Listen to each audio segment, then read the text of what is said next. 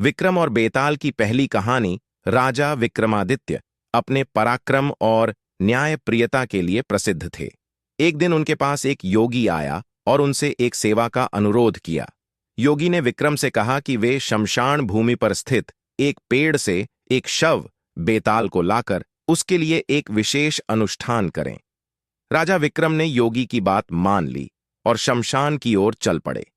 जब विक्रमादित्य उस पेड़ पर पहुंचे तो उन्होंने देखा कि एक शव उल्टा लटका हुआ था। जैसे ही विक्रम ने उस शव को उतारा, वह बेताल जीवित हो गया और उनसे बात करने लगा।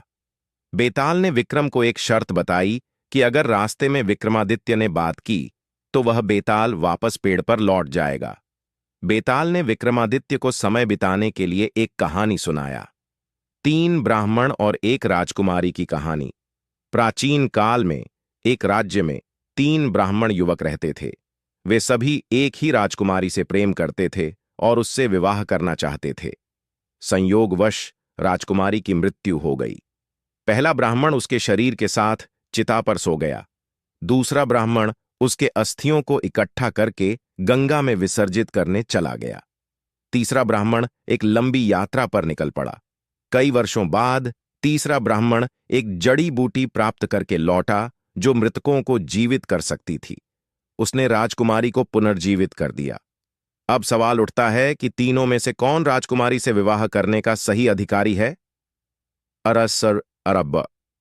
विक्रमादित्य का उत्तर। राजा विक्रमादित्य ने विचार किया और कहा, तीसरा ब्राह्मण जिसने जड़ी बूटी से राजकुमारी को पुनर्जीवित किया, वह उसका पिता समान है।